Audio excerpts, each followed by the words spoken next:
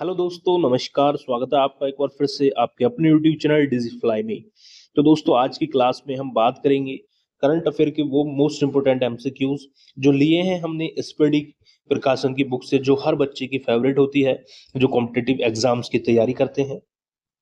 तो चलिए दोस्तों, बिना वक्त गवाए वीडियो को शुरू करते हैं और बढ़ते हैं पहले प्रश्न की तरफ। पहला प्रश्न क्या है आपका इस वीडियो का कि kho kho federation of India KKFI के अध्यक्ष के रूप में फिर से किसे नियुक्त किया गया है। आपके सामने है। ऑप्शन ए है Narendra Batra, option B Rajiv Mehta, option C Sudhanshu Mittal, option D Anil Jain. तो इसका राइट आंसर आपको बताना है क्या होगा। Kho kho federation of India के अध्यक्ष के रूप में किसे चुना गया है? सुधांशु मित्तल को चुना गया है। ऑप्शन सी यहाँ पे राइट आंसर होगा। दोस्तों, ये किताब जो होती है इसमें 700 से 800 एमसीक्यूज हैं, जो हर बच्चे की पसंद होती है, क्योंकि यहाँ से प्रश्न आपको एग्जाम में देखने को मिलते हैं। चलिए आगे बढ़ते हैं। नौसेना की पहली महिला फाइटर पायलट कौन बनी है? अवनी चतुर्वेदी, मोहना सिंह जीतरवाल, भावना कंठ, आस्था पूनिया। बताइए, नौसेना की पहली महिला पायलट कौन बनी है? इसका राइट आंसर क्या होगा आपको बताना है। तो याद रखेंगे सभी, नौसेना की पहली महिला फाइटर पायलट जो बनी है, आस्था पूनिया बनी है। ऑप्शन डी यहाँ पे राइट आंसर होगा। आगे बात करें, राष्ट्रीय जिम्मेदार व्यावसायिक आचरण सम्मेलन NCRBC 2025 का तीसरा संस्करण कहाँ आयोजित किया गया? मुंबई, बेंगलुरु, नई दिल्ली या चेन्नई? बताइए, राष्ट्रीय जिम्मेदार व्यावसायिक आचरण सम्मेलन 2025 का तीसरा संस्करण कहाँ आयोजित किया गया है? आपको बताना है। तो याद रखेंगे, नई दिल्ली में आयोजित किया गया है। Option C. दोस्तों, यहाँ पे हम इधर उधर की बात नहीं करेंगे, सिर्फ और सिर्फ करंट अफेयर पे ध्यान देंगे। जो एमसीक्यूज हैं इनकी यहाँ पे हम अच्छे से प्रैक्टिस करेंगे, क्योंकि एग्जाम में सीधे प्रश्न यहाँ से बनते हैं, ये समझ लीजिएगा। देखिए कितने अच्छे अच्छे प्रश्न यहाँ पे हैं, जैसे कि नौसेना की पहली महिला फाइटर पायलट कौन है? आस्था पूनिया। बात करें राष्ट्रीय जिम्मेदार व्यावसायिक आचरण सम्मेलन 2025 का आयोजन कहाँ किया गया? तीसरे संस्करण का ये आपका नई दिल्ली में किया गया। तो इसी तरीके से हम दोस्तों आगे बढ़ेंगे इस वीडियो में। तो जो भी बच्चे सीरियस हैं तो वीडियो को अच्छे से देखें शुरू से लेकर अंत तक, और जो सीरियस नहीं है वो बिल्कुल वीडियो को पॉज करके यहाँ से जा सकते हैं, कोई दिक्कत नहीं है। जो पढ़ना चाहते हैं, जो सीरियस है, वो अच्छे से देख सकते हैं। बहुत छोटी सी वीडियो होगी, सीधे पॉइंट टू पॉइंट हम यहाँ पे कट टू कट बात करेंगे प्रश्नों को लेकर, कोई इधर उधर की बात नहीं होगी। चलिए आगे बढ़ते हैं। अगला प्रश्न आपके सामने, यूएलबी अध्यक्षों का पहला राष्ट्रीय सम्मेलन किस राज्य में आयोजित किया गया? महाराष्ट्र, कर्नाटक, नई दिल्ली, हरियाणा। बताइए, यूएलबी अध्यक्षों का पहला राष्ट्रीय सम्मेलन किस राज्य में आयोजित किया गया? 36 का राइट आंसर आपका क्या होगा? तो आपका होगा हरियाणा। ऑप्शन डी यहाँ पे राइट आंसर होगा। अब आपको कमेंट करके बताना है यूएलबी अध्यक्ष क्या होते हैं। गूगल पे जाइएगा, सर्च करिए यूएलबी अध्यक्ष किसे कहते हैं। ठीक है, आगे बढ़ते हैं। अगला प्रश्न, भारत के पहले अंतरराष्ट्रीय भाला फेंक टूर्नामेंट का क्या नाम है? भारत का पहला, देखिए यहाँ पे बात हो रही है, भारत के पहले अंतरराष्ट्रीय भाला फेंक टूर्नामेंट का नाम क्या है? Dhyanchand throwdown, Milkha Singh challenge, Neeraj Chopra classic या पीटी उषा ओपन। तो बताइए यहाँ पे क्या होगा राइट आंसर। तो भाला फेंक से दोस्तों यहाँ पे रिलेट करके आप इसको आसानी से कर लोगे, क्योंकि नीरज चोपड़ा भाला फेंक के लिए जो गोल्ड मेडल लेके आए थे, नीरज चोपड़ा। ऑप्शन सी यहाँ पे राइट आंसर होगा, नीरज चोपड़ा क्लासिक भारत के पहले अंतरराष्ट्रीय भाला फेंक टूर्नामेंट का नाम है। ठीक है, याद रखेंगे। चलिए आगे बढ़ते हैं। अगला प्रश्न, रिक्लेम फ्रेमवर्क पहला किस मंत्रालय द्वारा लॉन्च किया गया? खान मंत्रालय, पर्यावरण वन और जलवायु परिवर्तन मंत्रालय, कोयला मंत्रालय या इस्पात मंत्रालय? बताइए, रिक्लेम फ्रेमवर्क पहल किस मंत्रालय द्वारा लॉन्च किया गया है? आपको बताना है। तो याद रखेंगे, कोयला मंत्रालय द्वारा। ऑप्शन सी यहाँ पे राइट आंसर होगा। जब बात आती है रिक्लेम फ्रेमवर्क पहल की, तो ऑप्शन सी कोयला मंत्रालय यहाँ पे राइट आंसर होगा। अगला प्रश्न है कि TGDEX पोर्टल किस राज्य सरकार द्वारा लॉन्च किया गया है? कर्नाटक, आंध्र प्रदेश, तेलंगाना या तमिलनाडु? TGDEX पोर्टल किस राज्य सरकार द्वारा लॉन्च किया गया है? बताना है। इसको राइट आंसर क्या होगा? तो इसका राइट आंसर होगा दोस्तों तेलंगाना। याद रखेंगे, तेलंगाना। अब यहाँ पे TGDEX जो है आपका, यहाँ पे आपको हमें कमेंट करके बताना है कि TGDEX पोर्टल जो है वो किससे संबंधित है। ये आपको कमेंट करके बताना है गूगल के माध्यम से, ठीक है। जो चीजें हम कमेंट के लिए आपसे कहते हैं तो कहीं ना कहीं हमारा मकसद ये होता है कि उसके बारे में आप थोड़ा डिटेल से पढ़ लें, तो इससे क्या होगा, आपको चीजें क्लियर हो जाएंगी, ठीक है। यहाँ पे जो आपकी यहाँ पे एक तरीके से ये समझ लीजिएगा, जो क्लासेस हैं रिवीजन के तौर पर, प्रैक्टिस के तौर पर आप यहाँ पे इनको देख सकते हैं बहुत अच्छे से, क्योंकि बहुत हद तक जो एमसीक्यूज ये बनाते हैं स्पीडी वाले, वो बहुत हद तक सीधे सीधे प्रश्न यहाँ से देखने को मिलते हैं। इसलिए चाहे आप कोई भी कॉम्पिटेटिव एग्जाम्स की तैयारी कर रहे हो, रेलवे, बैंकिंग, एसएससी या टीचिंग एग्जाम कोई भी, तो यहाँ से बहुत ज्यादा प्रश्न यहाँ पे देखने को मिलते हैं। तो अच्छे से शुरू से अंत तक वीडियो में बने रहें। डेली क्लासेस आपको यहाँ पे मिलेंगी। डेली का मतलब ये है कि जो 700-800 प्रश्न है लगभग पूरे एक साल के, वो यहाँ पे आपको देखने को मिलेंगे। एक दो दिन बीच में मिस हो सकता है, लेकिन क्लासेस आपकी निरंतर जब तक आएंगी, जब तक ये प्रश्न खत्म नहीं हो जाते। चलिए आगे बढ़ते हैं। अंतर्राष्ट्रीय सहकारिता दिवस 2025 में कब मनाया गया? 1 जुलाई, 4 जुलाई, 5 जुलाई या 7 जुलाई? बताइए। अंतर्राष्ट्रीय सहकारिता दिवस की जब बात होगी तो याद रखना है 5 जुलाई को, ठीक है। ऑप्शन सी यहाँ पे राइट आंसर होगा। चलिए आगे बढ़ते हैं। अगला प्रश्न है कि पीएम मित्र योजना के तहत किस राज्य के विरुद्ध नगर में 1900 करोड़ के पीएम मित्र टेक्सटाइल पार्क को केंद्रीय कैबिनेट द्वारा मंजूरी प्रदान की गई? राजस्थान, उत्तराखंड, तमिलनाडु या पश्चिम बंगाल? बताइए क्या होगा। तो याद रखना है तमिलनाडु को। ऑप्शन सी यहाँ पे राइट आंसर होगा। आगे बात करें, भारत में आपदा प्रक्रिया तंत्र को मजबूत करने के लिए भारत का पहला एकीकृत बाढ़ पूर्व अनुमान प्लेटफॉर्म कौन सा है? सी इंडिया है, आर फ्लूड है, स्टॉप फ्लूड है या सी फ्लूड है?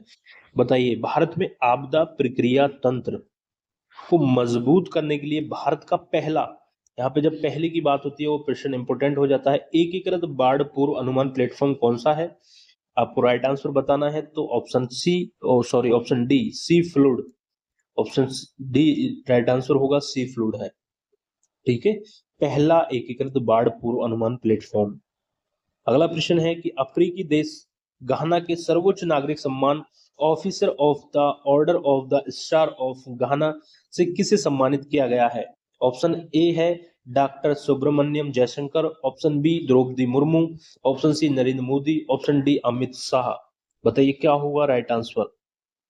अफ्रीकी देश घाना के सर्वोच्च नागरिक सम्मान officer of the order of the star of Ghana से किसे सम्मानित किया गया है? तो याद रखेंगे नरेंद्र मोदी को। ऑप्शन सी यहाँ पे राइट आंसर होगा, officer of the order of the star of घाना, नरेंद्र मोदी, ठीक है। चलिए आगे बढ़ते हैं। अगला प्रश्न आपके सामने, केंद्र सरकार ने एम्प्लॉयमेंट लिंक्ड इंसेंटिव स्कीम को हाल ही में मंजूरी प्रदान की, इसकी घोषणा किस बजट में की गई थी? बजट 2024-25, 25-26, 23-24, 22-23? बताइए। एम्प्लॉयमेंट लिंक्ड इंसेंटिव स्कीम को जो मंजूरी प्रदान की गई, इसकी घोषणा किस बजट में की गई थी आपसे पूछा है। तो याद रखेंगे बजट 24-25 में की गई थी, ठीक है। ऑप्शन ए यहाँ पे राइट आंसर होगा। बात करें यहाँ पे अगला प्रश्न, केंद्रीय मंत्रिमंडल ने राष्ट्रीय खेल नीति 2025 को मंजूरी प्रदान की है, यह किस खेल नीति का स्थान लेगी? खेल नीति 2001, खेल नीति 2007, खेल नीति 2005, खेल नीति 2010? बताइए। जो खेल नीति 2025 है इसको मंजूरी प्रदान की कर दी गई है, तो ये किसका स्थान लेगी, किस खेल नीति का स्थान लेगी आपसे पूछा है। तो याद रखेंगे ऑप्शन ए, खेल नीति 2001 का स्थान लेगी 2000 खेल नीति 2025, ठीक है। ऑप्शन ए यहाँ पे राइट आंसर होगा। अगला प्रश्न कि हाल ही में चर्चा में रहा ऑपरेशन मिलोन किससे संबंधित है? ब्लैक मनी से, अगेंस्ट ड्रग्स से, बॉर्डर सिक्योरिटी से या वर्सिप बिल्डिंग से? बताइए। ऑपरेशन मिलोन की यहाँ पे बात होती है, तो ये किससे संबंधित है जो चर्चा में है ऑपरेशन मिलोन? तो याद रखेंगे अगेंस्ट ड्रग्स से संबंधित है ये ऑपरेशन मिलोन। ऑप्शन बी यहाँ पे राइट आंसर होगा, ठीक है। चलिए आगे बढ़ते हैं। प्रश्न नंबर अगला है आपके सामने कि 2025 में CITES कन्वेंशन के 50 साल पूरे हुए हैं, यह किस वर्ष अपनाया गया था? 1985, 1965, 1975 या 1900? बताइए। 2025 में CITES कन्वेंशन के 50 साल पूरे हो गए हैं, तो ये कब अपनाया गया था, ये आपसे पूछा है। तो याद रखेंगे 1975 में अपनाया गया था। अगला प्रश्न है कि रेल मंत्रालय द्वारा रेलवे से संबंधित सेवाएं एक ही जगह प्रदान करने के लिए किस एप्लीकेशन को लॉन्च किया गया है? रेल योद्धा, रेल वन, रेल प्रो या रेल प्लस? यहाँ पे क्या किया है? रेल मंत्रालय ने रेल से संबंधित सेवाएं एक ही जगह प्रदान करने के लिए एप्लीकेशन लॉन्च की है। उस एप्लीकेशन का नाम क्या है, ये आपसे पूछा है। तो याद रखेंगे रेल वन नाम से ये एप्लीकेशन है। रेलवे से संबंधित जो भी आपको सेवाएं लेनी है, आप इस एप्लीकेशन से ले सकते हैं, चाहे वो टिकट वगैरह हो, जितनी भी चीजें हैं रेलवे से संबंधित, वो सारी जानकारी आपको यहाँ पे मिलेंगी, आपको सारी सुविधाएं यहाँ पे मिलेंगी। ठीक है ना, रेल वन है। तो इसको जरूर आप ट्राई करिएगा जब भी आप यात्रा वगैरह करते हैं रेल से, रेल वन, और इसको ध्यान भी रखना है। ठीक है, एग्जाम की दृष्टि से बहुत इंपॉर्टेंट है। और यहाँ पे बात करें जैसे कि रेलवे वगैरह एग्जाम्स जो होते हैं, उसके लिए तो दोस्तों मोस्ट इंपोर्टेंट प्रश्न है। चलिए आगे बढ़ते हैं। हर साल 1 जुलाई को chartered accountants day institute of chartered accountants of India की स्थापना के उपलक्ष्य में मनाया जाता है। इस संस्थान की स्थापना किस वर्ष की गई थी? 1939, 1949, 1959 या 1929? बताइए कब की गई थी इसकी स्थापना? तो इसकी स्थापना की गई थी 1949 को, और ये हर साल 1 जुलाई को मनाया जाता है। ठीक है, 1 जुलाई को, ये भी आप याद रखेंगे, 1 जुलाई को हर साल ये मनाया जाता है। स्थापना की बात करें तो 1949 को इसकी स्थापना की गई।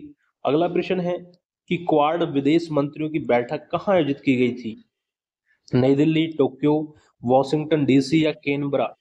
बताइए क्वाड विदेश मंत्रियों की बैठक कहाँ आयोजित की गई थी? तो याद रखेंगे वॉशिंगटन डीसी में आयोजित की गई थी। ऑप्शन बी यहाँ पे राइट आंसर होगा। आगे बात करें, केंद्र सरकार ने अनुसंधान, विकास और नवाचार RDI योजना के लिए कितना बजट आवंटित किया गया है? 50,000 करोड़, 75,000 करोड़, 1.5 लाख करोड़ या 1 लाख करोड़? बताइए केंद्र सरकार ने अनुसंधान, विकास और नवाचार RDI जिसको बोलते हैं योजना के लिए कितना बजट आवंटित किया है, ये आपसे पूछा है। तो आप याद रखेंगे 1 लाख करोड़, 1 लाख करोड़। ऑप्शन डी यहाँ पे राइट आंसर होगा। ठीक है, चलिए आगे बढ़ते हैं। अगला प्रश्न है, बोर हो रहे होंगे, कोई बात नहीं है, अच्छे से पढ़िएगा। 30 प्लस प्रश्न है, डेली 30 प्लस प्रश्न को अच्छे से कर लीजिएगा हमारे साथ। यदि ऐसे ही आप पढ़ लेते हैं अच्छे से, एक बार अच्छे से आप देख लेते हैं वीडियो को, तो चीजें आपके दिमाग में सेट हो जाती हैं। क्योंकि ऑडियो वीडियो लर्निंग जिसको बोलते हैं, ऑडियो वीडियो मतलब देखकर और सुनकर जो पढ़ा जाता है, वो बहुत देर तक आपको याद रहता है। चलिए आगे बढ़ते हैं। हाल ही में नौसेना में शामिल किया गया INS उदयगिरी किस प्रोजेक्ट के तहत बनाया गया है? प्रोजेक्ट 15B, प्रोजेक्ट 75, प्रोजेक्ट 28 या प्रोजेक्ट 17A? तो INS उदयगिरी किस प्रोजेक्ट के तहत बनाया गया है, ये आप याद रखेंगे। तो बताना है आपको प्रोजेक्ट 17A, प्रोजेक्ट 17A के तहत ये बनाया गया है। तो INS उदयगिरी है क्या, ये आपको कमेंट करके हमें आपको बताना है। ठीक है दोस्तों, आप कमेंट नहीं करते हैं तो इसका मतलब आप जितने भी लोग देखते हैं वीडियो वो सीरियस नहीं होते हैं, इसलिए तो आप कमेंट नहीं करते हैं। ठीक है, या आप यहाँ तक आ ही नहीं पाते हैं वीडियो को देखते हुए। दो ही चीजें हो सकती हैं, या तो आप सीरियस नहीं हैं या आप वीडियो पे यहाँ तक आते ही नहीं हैं। चलिए आगे बढ़ते हैं दोस्तों। वीडियो पसंद आ रही हो तो दोस्तों वीडियो को लाइक करें, शेयर करें, और चैनल पर नए हैं और हमारे साथ जुड़ना चाहते हैं, वीडियो आपको पसंद आई है तो प्लीज चैनल को सब्सक्राइब कर लें, क्योंकि ऐसी वीडियो आपको निरंतर रेगुलर मिलती रहेंगी। चलिए 53 देखते हैं। माउंट एल्ब्रस पर चढ़ने वाले सबसे कम उम्र के पर्वतारोही कौन बने? अर्जुन वाजपेयी, मालवथ पूर्णा, वाघा कुशागर या तेगबीर सिंह? माउंट एल्ब्रस पर चढ़ने वाले सबसे कम उम्र के पर्वतारोही कौन बने हैं, आपसे पूछा है। तो याद रखेंगे तेगबीर सिंह को। ठीक है, इस नाम को याद रखेंगे। जब माउंट एल्ब्रस पर चढ़ने वाले सबसे कम उम्र के पर्वतारोही की बात आएगी तो तेगबीर सिंह, ऑप्शन डी। चलिए अगला प्रश्न है कि management effectiveness evolution MEE index में किस राज्य ने शीर्ष स्थान हासिल किया? मध्य प्रदेश, कर्नाटक, उत्तराखंड या केरल? तो राइट आंसर होगा आपका केरल, ऑप्शन डी। ठीक है। मैनेजमेंट इफेक्टिवनेस एवल्यूशन में इंडेक्स में केरल ने शीर्ष स्थान प्राप्त किया है। ऑप्शन डी यहाँ पे राइट आंसर होगा। चलिए आगे बढ़ते हैं। 55वां प्रश्न आपके सामने कि किस संस्था का नाम बदलकर सावित्रीबाई फुले राष्ट्रीय महिला एवं बाल विकास संस्थान कर दिया गया है। ऑप्शन ए है national institute of public cooperation and child development NIPCCCD, या ऑप्शन बी है national council of educational research and training NCERT, या नेशनल कमीशन फॉर वुमेन, या सेंट्रल सोशल वेलफेयर बोर्ड। बताइए इनमें से किस संस्था का नाम बदलकर जो है आपका सावित्रीबाई फुले राष्ट्रीय महिला एवं बाल विकास संस्थान कर दिया गया है। बताइए, तो आप याद रखेंगे national institute of public corporation and child development का नाम बदल गया है। ऑप्शन ए यहाँ पे राइट आंसर होगा। और इसका नाम बदल के क्या किया गया है? सावित्रीबाई फुले राष्ट्रीय महिला एवं बाल विकास संस्थान। ठीक है, ऑप्शन ए यहाँ पे राइट आंसर होगा। अगला प्रश्न है मुख्यमंत्री प्रतिज्ञा योजना किस राज्य द्वारा शुरू की गई? उत्तर प्रदेश, झारखंड, बिहार, मध्य प्रदेश। बताइए, मुख्यमंत्री प्रतिज्ञा योजना की बात करें तो किस राज्य सरकार द्वारा शुरू की गई? तो ये बिहार राज्य द्वारा शुरू की गई है मुख्यमंत्री प्रतिज्ञा योजना। ठीक है, तो राइट आंसर होगा बिहार। आगे बात करें महायोगी गुरु गोरखनाथ आयुष विश्वविद्यालय का उद्घाटन राष्ट्रपति द्रौपदी मुर्मू द्वारा किया गया, यह किस राज्य में स्थित है? महायोगी गुरु गोरखनाथ आयुष विश्वविद्यालय मध्य प्रदेश, बिहार, उत्तराखंड या उत्तर प्रदेश। बताइए किस में स्थित है महायोगी गुरु गोरखनाथ आयुष विश्वविद्यालय? तो उत्तर प्रदेश राज्य में स्थित है, जिसका उद्घाटन राष्ट्रपति द्रौपदी मुर्मू द्वारा किया गया। ठीक है, चलिए उत्तर प्रदेश में जितनी भी परीक्षाएं होने वाली हैं मोस्ट इंपोर्टेंट प्रश्न है उसके लिए आगे बढ़ते हैं। अगला प्रश्न आपके सामने है विश्व स्वास्थ्य संगठन WHO द्वारा अमेजन क्षेत्र के किस देश को मलेरिया मुक्त घोषित किया गया है? Brazil, Colombia, Guyana, Suriname. बताइए क्या होगा इसका राइट आंसर? तो याद रखेंगे विश्व WHO द्वारा अमेजन क्षेत्र के सूरीनाम देश को मलेरिया मुक्त घोषित किया गया है। ऑप्शन डी राइट आंसर होगा। अगला प्रश्न है कि भारत का पहला स्वदेशी रूप से विकसित फोटोनिक रडार किसके द्वारा विकसित किया गया? ISRO, Bhabha Atomic Research Centre, Hindustan Aeronautics Limited, या Defence Research and Development Organisation DRDO जिसे बोलते हैं। तो देखिए किसके द्वारा विकसित किया गया फोटोनिक रडार? स्वदेशी रूप से यह विकसित किया गया है ये। तो बताइए राइट आंसर क्या होगा? Option D. ठीक है, DRDO द्वारा। चलिए आगे बढ़ते हैं। जुलाई यहां पे बात करें, अगला प्रश्न क्या है कि जुलाई 2025 के लिए संयुक्त राष्ट्र सुरक्षा परिषद UNSC की अध्यक्षता कौन सा देश करेगा? भारत, चीन, पाकिस्तान, बांग्लादेश। बताइए 60 का राइट आंसर क्या होगा? तो आप याद रखेंगे पाकिस्तान करेगा, ऑप्शन सी। बात करें 61वां प्रश्न अंतरराष्ट्रीय क्रिकेट के तीनों प्रारूपों टेस्ट, वनडे और T20 में शतक बनाने वाली पहली भारतीय महिला क्रिकेटर कौन बनी है? मिताली राज, हरमनप्रीत कौर, झूलन गोस्वामी, स्मृति मंदाना। बताइए क्या होगा राइट आंसर? तो याद रखेंगे अंतरराष्ट्रीय क्रिकेट के तीनों प्रारूप टेस्ट, वनडे और T20 में शतक बनाने वाली पहली भारतीय महिला क्रिकेटर बनी है स्मृति मंदाना। ऑप्शन डी यहाँ पे राइट आंसर होगा। ठीक है, अब यहाँ पे अंतिम दो प्रश्न है इस वीडियो के, इन पे बात करते हैं कि CBDT के चेयरमैन कौन है जिनका कार्यकाल 1 साल के लिए बढ़ाया गया? संजय कुमार अग्रवाल, PC मोदी, नितिन गुप्ता या रवि अग्रवाल। बताइए CBDT के चेयरमैन कौन है? बताइए इसका राइट आंसर होगा रवि अग्रवाल। ठीक है, ऑप्शन डी। अंतिम प्रश्न है इस वीडियो का कि हुरुन ग्लोबल यूनिकॉर्न इंडेक्स 2025 में भारत की रैंक क्या है? प्रथम, द्वितीय, तृतीय, चतुर्थ। हुरुन ग्लोबल की बात हो रही है तो यहाँ पे तीसरी है, याद रखेंगे ऑप्शन सी राइट आंसर होगा। भारत की रैंक 3rd है हुरुन ग्लोबल यूनिकॉर्न इंडेक्स 2025 में। ठीक है, तो ये थे दोस्तों मोस्ट इंपोर्टेंट MCQs आज के इस वीडियो के। दोस्तों कैसी लगी वीडियो दोस्तों एक बार कमेंट करके जरूर बताएं। वीडियो पसंद आई हो तो वीडियो को लाइक करें, और दोस्तों चैनल पर नए हैं तो प्लीज चैनल के साथ जुड़ जाएं, चैनल को सब्सक्राइब कर लें आगे आने वाली वीडियोस के लिए। मिलते हैं बहुत जल्द दोस्तों ऐसी नई वीडियो के साथ। तब तक के लिए दोस्तों जय हिंद, जय भारत दोस्तों। खुश रहें, मस्त रहें, स्वस्थ रहें।